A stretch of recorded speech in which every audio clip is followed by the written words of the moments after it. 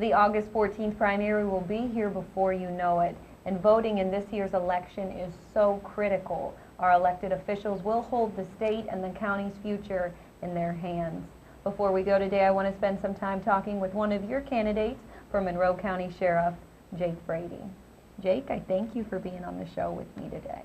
Thank you for having me, Jenna. I can cross this off my bucket list. Cross it off your bucket list. Put a check mark beside that, okay? Check. All right, Jake. What made you decide to run for sheriff? Well, I'll tell you, I believe that there's a big dissension in our national politics as to what's going on with the inefficiency of our national government. I think that filters all the way down to our local governments as well. Here locally, it's well-known terminology that we have what's called the bubble system here in our county, and there is a big feeling among the working class especially that a select group of either wealthy or well-connected people control our politics, and really not in the mainstream do they serve their interests, more of the self-interest or the wealthy, well-connected individuals. Okay, now Jake, let's talk about your qualifications to become the next sheriff. Well, I've been with the Sheriff's Office. I just began my 24th year with the Sheriff's Office. 22 of those years I've been a first-line supervisor as a field training officer, supervisor training the boots on the ground and the rubber that rolls on the road. And the last 9 years I've been working as a sergeant in Monroe County, all in the Marathon area, and working nights, weekends, and holidays. I haven't had a cushy office job.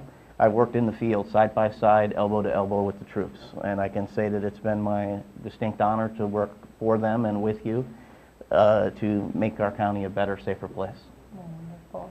Okay, Jake, let's talk about the platform that you're running on to hopefully improve the sheriff's office if you were to be elected. Well, if I'm elected, and I hope that I am to be your next sheriff, I get to speak, obviously, hours on my plans, but top among them is a twofold process. One for internal workings of the Sheriff's Office for the actual employees, and the other is obviously for the community in general. I think the community in general is the first and foremost thing that I would concentrate on. I would, I'm a taxpayer too, and the first and foremost thing that I would do is start chopping our budget. All our county governments have given up something, with the exception of the Sheriff's Office. We're very top-heavy at the higher ends of our echelons, and there's a lot that we can do to cut our budget on the upper ends of the agency, as well as a lot of unnecessary departmentalized supervisor positions that we can do away with, and streamline our government. I look to make our government more responsive to our community and more open and transparent on the community issues. As for the internal workings of the Sheriff's Office, we have some real problems. The Sheriff's Office has been running on a smoke and mirror system for many, many years, hiding some of the deepest, darkest secrets that occur in our agency. And our members are tired of it. They want a leader that they can believe in and trust to make some changes so that they'll have reasons to stay and not to leave. We have a high turnover and a low morale issue in our agency, and I aim to take a look at that firsthand, work side by side with the troops for change.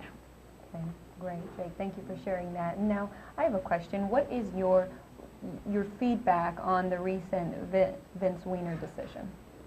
Vince Weiner, well, he was actually hired here recently with the Sheriff's Office, and as you know, he's been in the newspapers here on several different occasions for some trouble that he got into with the FDLE and with the plea bargain agreement that he had.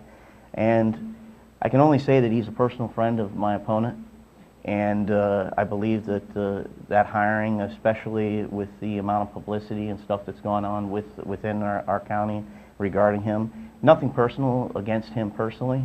I hear that he's a decent guy and deserves a break, but I don't think that I would necessarily give him a job here. I think I would change that. From what I understand, his actual certification is still under review.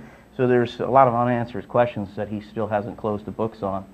And I think that if I'm the next sheriff, I'll review that hiring decision, and in all probability, I will revoke his employment. Okay. And now, before we go, we're running out of time right now. just tell all the viewers out there why the Republicans need to be voting for you in this year's primary on August 14th. Well, folks, I'd like to tell you that basically it couldn't be more simple as far as your decision for sheriff this year. I think that it's about a small group of wealthy and working class, or wealthy and well-connected versus the working class. You should ask yourself, what type of leader do you want, the voice of your agency? Do you want someone who's going to lead with arrogance or ignorance?